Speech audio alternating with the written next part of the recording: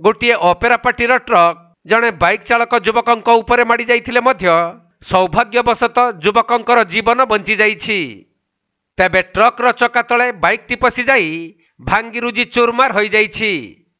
एपरी सड़क दुर्घटना घटी कटक जिला आठगड़ थाना खुंटकटा निकट तारिणी मंदिर पाखरे। मिलिथिबा सूचना अनुसार न्यू तारिणी ऑपेरा पार्टीर ट्रकटी जाउथबा समय रे नयागढ़ जिला नुआगां पंचायत सिंहपड़ा ग्रामर भगवान मंत्री पुओ शिवशंकर मंत्री बाइक को धक्का देइथिला।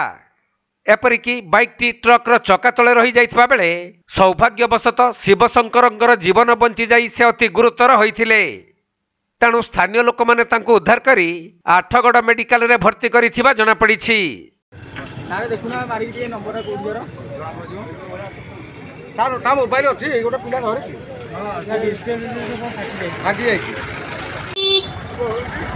ऑटो भाई जाउनो एइरे जाउनो बसिके।